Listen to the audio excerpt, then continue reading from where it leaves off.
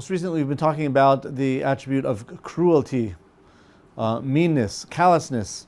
We're talking about how important it is to be sensitive and aware of other people's needs, particularly to be very sensitive to not hurting, harming, offending, taking advantage of the weak or the poor, an almana or yasom, meaning a widow or an orphan, and how a mean person will have his ears closed to the needs of any, and even if he does something which seems to be a kindness, that's ultimately a wicked person's way of getting ultimately what he wants. So more than actually doing any service by being kind, he's really only serving himself for his own for his own purposes. These are ways of a mean person. A mean person can't be expected to have any mercy, any kindness, any sensitivity, any ability to forgive, overlook. A humble person, on the other hand, a kind, sensitive person, on the other hand, will be able to forgive, overlook people's shortcomings, be patient, be aware of taking care of fulfilling the needs of others, and so forth and so on. So these are some of the ideas that he was discussing. In Samach Beis, we're up to the third paragraph, starting with the word lo. Lo si'e lo ki noishe. That a person who loans money to another person should not be like an oppressor to him. For example, shelo yitzayir halove, he shouldn't cause him pain, anguish. Hey, when are you going to pay me back? Oh, you give me the money already, and so forth and so on. Lo yavar amalve lefanav v'yodea she'eno b'mei lifroa. And you should not make yourself available and visible before him, even though he has no ways of paying back. As long as you can't pay back, you can't pay back. So how is it going to help by constantly making yourself available, visible in front of him, as if to remind him of paying you back? He knows he's got to pay you back, but he can't. So you're intentionally going and peering before him. It really is only to kind of make him feel bad, and it would be your hope that because he's constantly being pinched by seeing you, that he'll be more likely to pay you back. But if he can't pay you back, he can't. And pinching him is not going to help except for hurting him. So this would be like being an oppressor in loaning. Kihu meitzik lo bazeh. He's actually causing me anguish in this.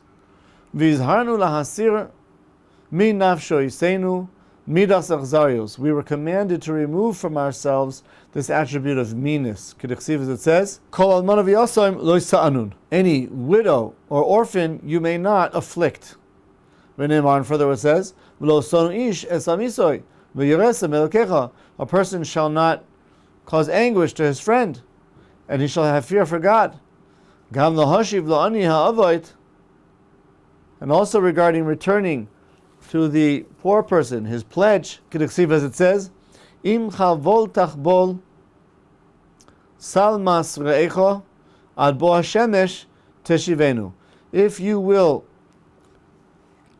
hold on to the deposit given to you by the person who's loaned money from you as a pledge against his loan, certainly when sun comes down, you should give it back to him so that he can use it,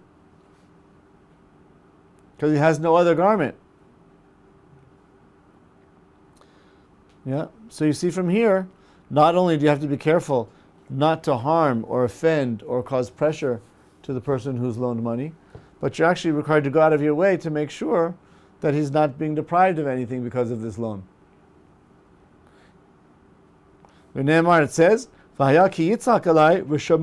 he calls out to me against you because of your oppression, I will listen to his prayers because I am merciful.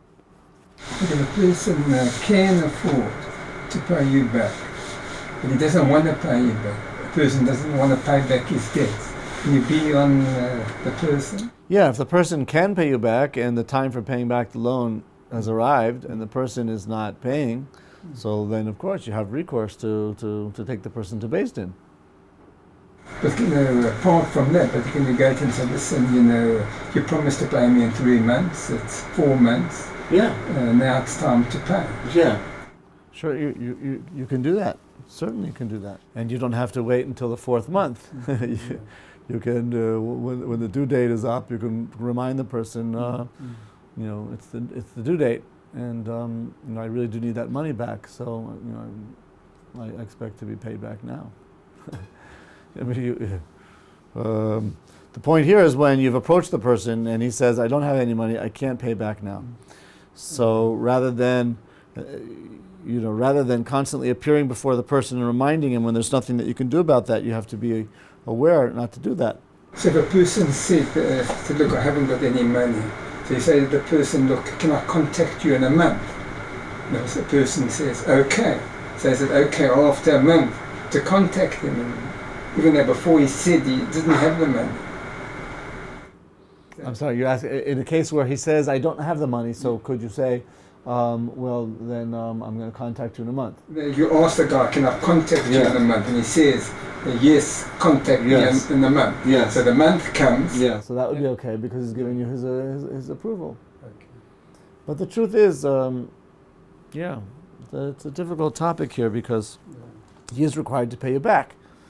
If he can't pay you back from what he has, so let him take another loan and use his loan to pay you back. But if there's a loan and a due date, he's required to pay back. If he doesn't pay back, even if he doesn't have, you can still sue him. You can still take him to Beis Din. But you can't afflict him by nudging him and reminding him all the time. What's the point? He says he doesn't have it, he can't pay you back. On the other hand, you're entitled to your money, so go to Beis Din. A person is not required to loan money to a person who he thinks will not be able to pay him back. That's a gift. He's not required to give a gift. He's required to loan. So therefore, if a person has strong reason to suspect that this person will not pay him back because he won't be able to pay him back, he's not required to loan the money. That's not a loan. Like I said, that's a gift. I'm very sorry. I'd like to be able to help you, but I'm very concerned that I'll loan the money to you and you won't be able to pay back, and I'm not required to forfeit the money. I don't want to be in a situation where you're supposed to pay back and you're not able to, and I have no recourse but to take you to Beis Din. I want to do that. So therefore, in those scenarios, a person can loan with a guarantor. One says, okay, I can understand that, but I really need the loan, and would you be willing to accept a guarantor? A guarantor means that this person might not have the ability to pay me back, but his guarantors do. And they pledge to cover for the person if he doesn't pay back his loan. You're allowed to do that. And it says, V'haya ki yitzak alai v'shamati ki chanunoni. And it says furthermore, V'ger lo sone v'loi silchatzenu. The convert you shall not oppress, meaning you shall not afflict him with words, nor shall you oppress him. So you see that these are all different examples of God showing, which demonstrate that God expects us to uproot and extirpate this attribute of meanness and callousness from our hearts. And even from animals, the person has to distance himself from this attribute of being mean and cruel. It says, a tzaddik knows the soul of his animal, meaning a person who wants to be a tzaddik, he's got to know the needs of animals and not abuse them, overwork them. Not to overwork this animal, and not to cause their hunger. And furthermore it says, if you see the mule of your enemy giving way under its weight, don't hold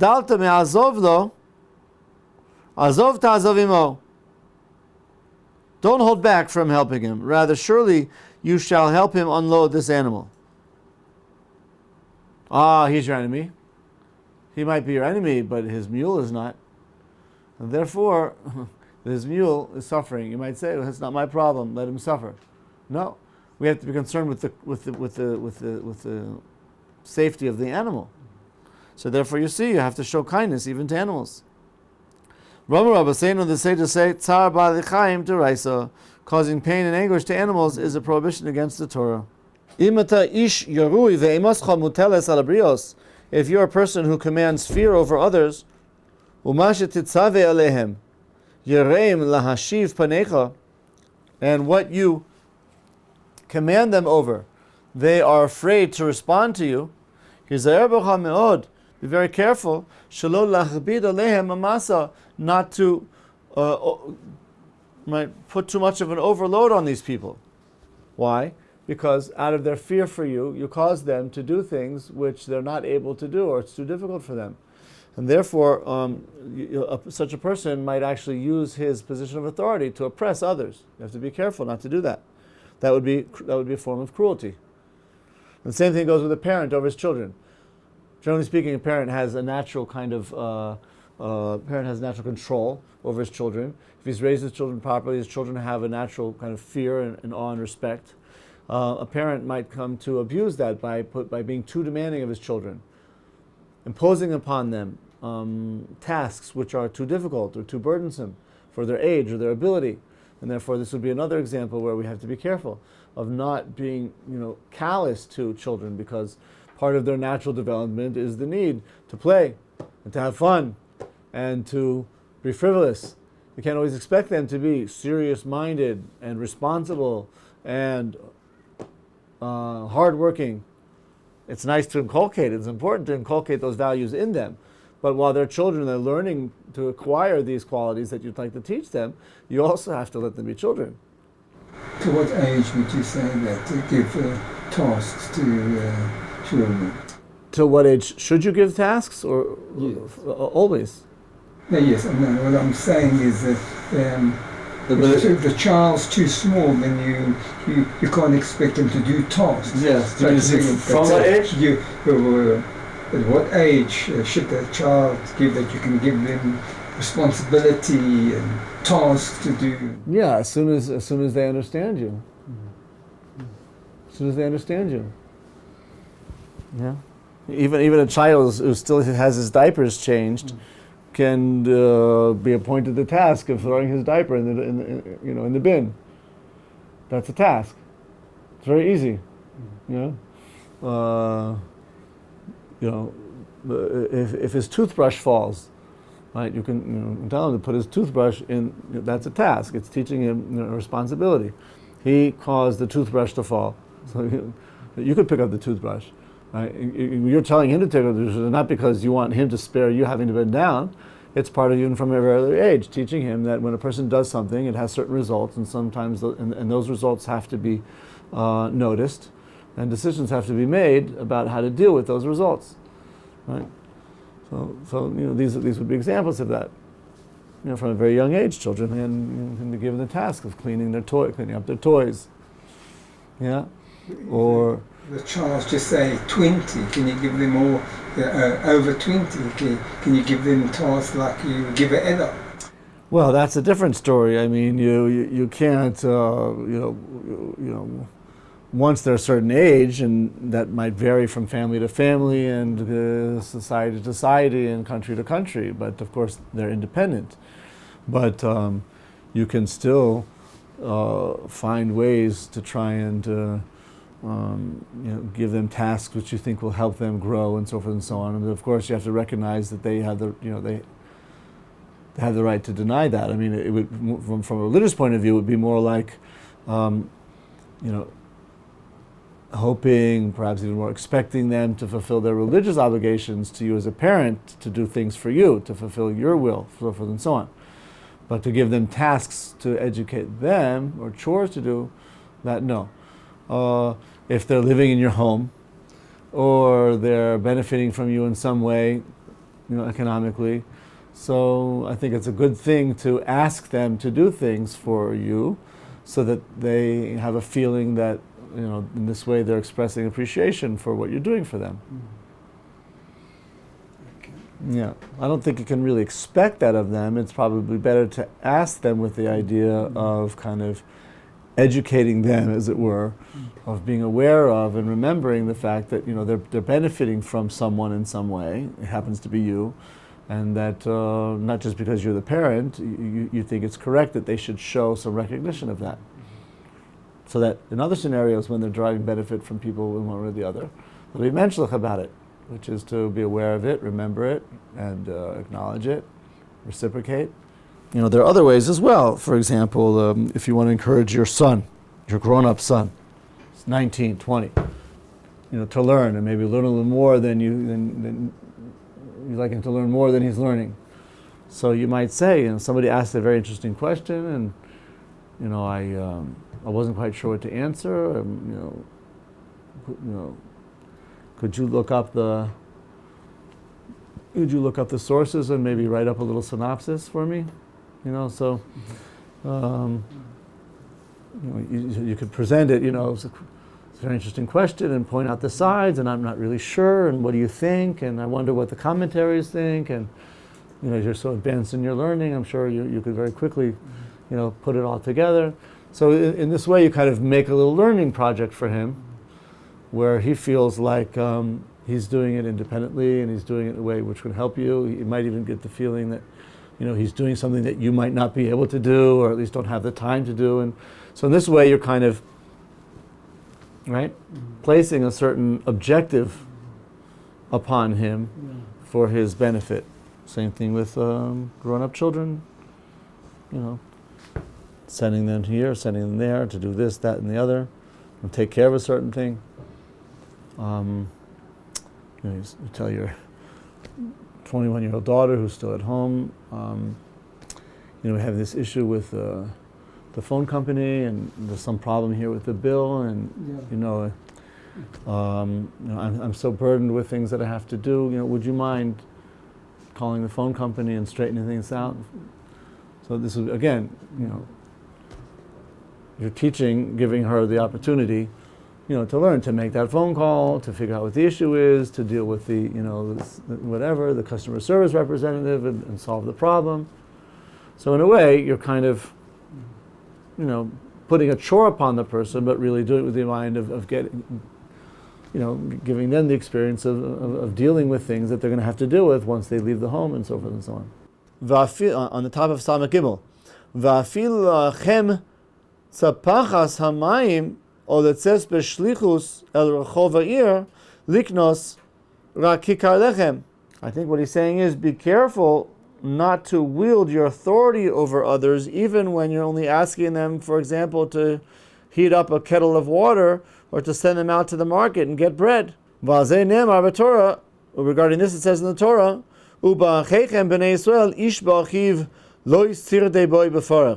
the people of Israel, one over his brother, shall not oppress him with hard work. So I guess there could be a point where a person is really pushing his children too hard. Take it easy. Let them be children. They'll have time to grow up and be adults. Let them enjoy their childhood. They can't always be working and doing and taking responsibility. Ubezei uzharnu shelo yavor adam bechaver avoda kosha v'lo yitzavi elav el davar she'osei b'rtzonu umidato. And therefore, a person has to be careful not to oppress other people, to force them into doing the things that he wants. Rather, only present it in a way so that whatever they do it of their own free volition. But this non-Jewish indentured servant, that a person can cause him to work hard. He's a slave. He's a servant. Even though that's the case, technically speaking, still better that he should be merciful and not be oppressive even over a servant like this. He shouldn't overly oppress him, nor embarrass him. Neither physically or verbally. The Gemara says, the Torah gave you the right to have him work for you, but not to abuse him and to embarrass him. And you have to speak to this indentured servant calmly, even when there's tension between you. Listen to what he has to say. And so Job said, Im emas mishpat avdi ve'amasi beribam imadi ma'aseh ki yakum kel v'chi gifkoid ma'ashivenu halo beveten osenu asohu v'chonunehu berechem echad. It says here, Im emas mishpat avdi, if I will despise the righteous claims of my servant or of my maidservant when they disagree with me, what shall I do when God stands up against me? And when God delivers me, means it holds me accountable for misusing them, ma shivenu, what will I be able to respond to him? Behold, the one who made me made him. And they are also created, like of one womb, meaning we all human beings. And therefore, who am I to lord even over the servant, to lord my power, wield my power over this person? Job says it's wrong. So we don't have servants, but we might be employees or we might be employers. As far as employers are concerned, if we're in a situation of being an employer, we have to realize that, of course, an employer has the right to make demands of his employees, but those demands should be presented in the form of a request. Of course, the employer always has the right to fire an employee, and the employee knows that. So his request will be taken, hopefully, seriously. But still, there's a difference between commanding him, which can be construed very often, and sometimes perhaps that is the case, as disrespecting the employee, and making a request from a place of authority. And an employee would certainly rather feel like, even though he's the employee, that he is being treated respectfully and kindly and with care and sensitivity, even if simultaneously the boss, the employer, acts with a sense of authority, right? And he's entitled to do that. But still. And if the employee has some complaint, so the employer should not fly off the handle. Wow, who asked you anyway? You're just an employee. I can get rid of you anytime that I want. Be thankful and happy you have a job. For every one of you, there are 100 people outside. Right? Shut your mouth and get back to work. Right? That's not right. The employer has to listen to the grievance, even if there's a difference of opinion, to try and keep his calm and be sensitive to the fact that perhaps he has been doing something wrong. Maybe there is room here for improvement on his part. Ultimately, such an employer will gain the type of respect that he would like from his employees, but it won't be forced and coerced upon them. It will come from them naturally. Chachamim Arishonim Hayunosnim leEved, the wise sages of early generations would give to their servant mikol tavshil v'tavshil shahayochlim, from any food that they themselves were eating. Umagdimin mazoin behema v'avodim l'sodas atzman, and they would of course feed their animals and their servants before they themselves ate. Shahayomer, the verse says, Hine cheine avodim el yad adonehem, kene shifcha el yad gavirta, kenenenu el Hashem Elokeinu ad yechanenu, meaning, just as the eyes of the servant are to the hands of their masters, and the eyes of the female servant are to the hands of their mistress, so God, our eyes are turned towards you. You see from here then that the people who are dependent on him have their eyes to him. They're relying on him. And therefore the employer who's got these resources at his disposal has a responsibility to take care of their needs that he's responsible for before those of his own. They have no way of fulfilling their needs on their own. They're entirely dependent on you and the employer. Therefore the employer has to be aware of taking care of those needs. Employees shouldn't have to be expected to bring coffee and tea, or at least hot water containers or thermoses to work. It's my location. It's my store. So of course they have to drink. So I should be sensitive enough to provide some fridge so they can put their stuff in, or some hot urn. Even if I don't have to provide coffee for them, it might be a nice thing if I did that. Everybody can bring their own coffee, and really provide some place where everybody can keep the non-perishables that they want to keep for themselves. Have some arrangement here, so that they should be comfortable having. And I heard in a certain situation where the employer had a bathroom in the store which only she could use, but the employees were not allowed to use. What do they have to do? They have to go to the ice cream stand or to the falafel bar or the pizza shop, and you use the use the bathroom over there. And often, these places don't really want a person to use their premises unless they're patrons. So this employer is actually causing these people who don't get very paid much in the first place to go spend their money in some other place, in order to be able to use the bathroom. That's not right. That's exploitation, mamish exploitation. If this person has some special thing that they can't use the bathroom and share the bathroom with the employees, it's one thing not to have it available for the patrons. But at least for the people who work there, what can they do? They're there for hours upon hours. A person who's coming to buy is coming from home, and they can go home, or they can do whatever they want. But a person who's fixed at the store, they have no option, they can't really go anywhere. They have to provide for their needs. We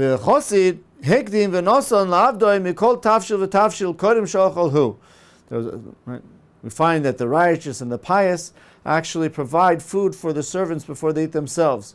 And in this merit, Eliyahu Navi kind of took the initiative to speak to him. The Torah said, love your neighbor as yourself. A person who is mean is very far from this command. People are not happy with such a person. And the world doesn't find favor in the world's eyes. And even when you have a mitzvah of rebuking people, you have to make sure that your rebuke is not cruel. It's only as stern as it needs to be, but no more. It says, you shall surely rebuke your people, but don't heap upon him sin. Perush, what does it mean in this context? Don't rebuke him too strongly. And with meanness, to embarrassment, and as a result, you actually will receive, because of him, transgression. You think you're doing a mitzvah by rebuking him, but you rebuke him in a mean way, you're actually accruing not merit for the mitzvah of rebuke, but punishment for the vera of embarrassing him and oppressing him. Right, we're talking about rebuking somebody in a way under circumstances which cause unnecessary burden or embarrassment when it can be avoided. Until now, we're primarily concerned with describing the evil of being cruel. But still, there are scenarios where it's appropriate to act in a cruel and mean way. Just like with every attribute we saw. It's either generally positive or generally negative, with exceptions to the other extreme. So here too, cruelty is obviously primarily a negative attribute, but in some ways it can be positive. For example, Keneged Rashoim, against the wicked. Keder Shamar Iyov, like Iyov said, like Job said. Ashabra matlos avol umishinav ashlich taref. I will break the jaws of evil, or the one who perpetuates evil. Umishinav ashlich taref, and from his teeth I will kind of discard his, what he's taken. Meaning, the wicked chomp into other people, so I will break their stronghold and free and liberate the people they're oppressing. U'kmosha Amra, the Torah, Samach Daled, as the Torah said, the Hamisur Rishoim v'lahaklosam. The Torah itself, for example, prescribes the death penalty or lashes for the wicked. K'dichsiv, it says, U'sekaltom, you shall whip them.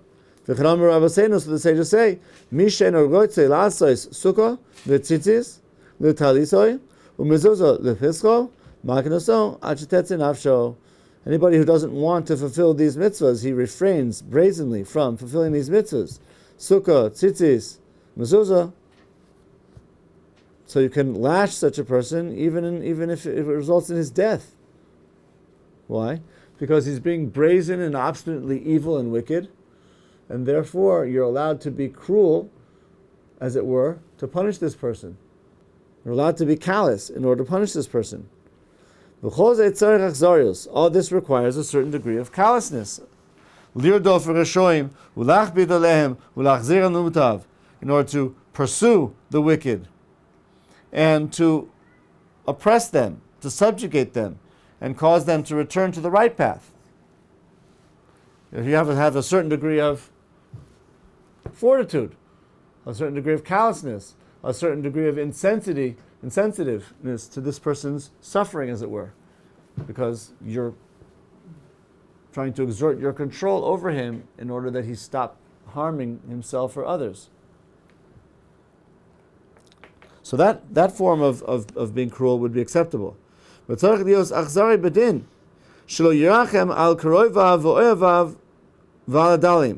person also has to be very exacting regarding judgment in order not to judge favorably when it's not right, for the benefit of his family and his relatives and his friends and so forth and so on. Rather, he's got to, as much as possible, give a pure, arbitrary, unbiased decision. Even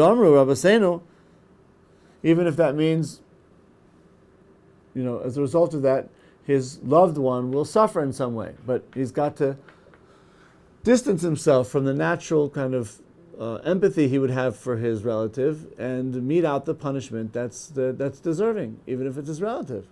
And furthermore, the Sage said, in whom shall you find words of Torah? Somebody who makes himself to be cruel upon his children like the crow. Why? Because the crow leaves its young. And so a person has to be willing to leave his children for the purpose of learning Torah, even if that means that their needs are going to be neglected. He's required to be somewhat insensitive to their needs in order for himself to learn Torah. His children's needs are not being fulfilled. But when his children see that he does this, it teaches them already with a certain degree of self-sacrifice for Torah, which will be important for them as they grow. Because it's not easy to learn. It usually requires some self-sacrifice, if not great self-sacrifice. And if they didn't see the example from the father, number one, and if they themselves didn't suffer a bit for the Torah through their fathers being away, then they wouldn't have that attribute and the fortitude that they need when they themselves become older. But if you're constantly not learning in order to tend to your children's needs, so your children learn that Torah is not of paramount importance. The proof is that my father rarely does it. And whenever there's a decision between learning or taking care of our needs, he cares for our needs. It's important for the children to say sometimes, I'm sorry, I can't do it now. I have to learn. So if it's something that can be done later, we'll do it later. If not, then we're going to just have to let it go. That, of course, can't be taken to the extreme. You also have to show the darkei noam. The children have to know that as important as, on the other hand, it kind of goes both ways. Right? When a person does show his children that oftentimes he can't do what they want because he has to learn, that gives them a great degree of value for the Torah. On the other hand, when he does forgo learning for the children, that gives them a great appreciation of how much he loves them, because he's willing to sacrifice the Torah, right, which he often sacrifices them for, when he sacrifices the Torah for them. It also teaches them, as important as Torah study is, it tells a person that sometimes he's got to negate it for other purposes. So he continues here and says, she would go to the Beis Medrash, his wife said to him, what are you going to do with your kids? My kids too. What are you going to do with your kids? He said to her, Ika kurme ba'agma. He said, there's like vegetation in the meadow. What did he mean to say by this? Let him go play out in the fields. Kizei davar bor hamaracham al banav yoser midai, a person who is doting over his children, mitoch kach choshev laharviach mamon, and for this he justifies earning lots of money to take care of their needs. V'lo yachush ech yavolo hamamon, and he's not concerned for that matter how he will get this money, because the ends might come to justify the means, whether it's be'isr beheter, prohibited or permitted way. Ki ha'ava mekakaz hashura, because the love that he has over his children is going to bend straight thinking. And also through the exertion that he's exerting day and night, in order to fulfill all of their needs abundantly, he's going to neglect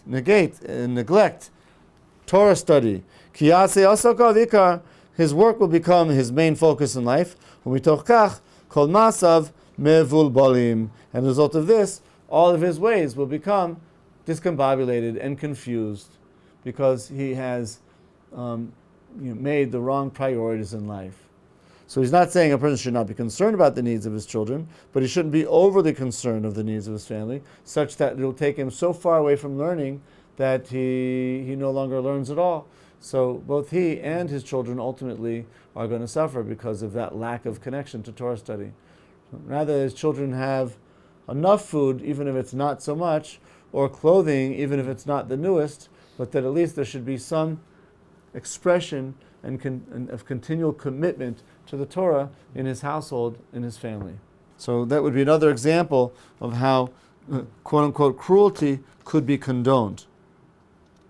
To be somewhat callous to the unnecessary needs of the family. Okay, we'll have to stop here.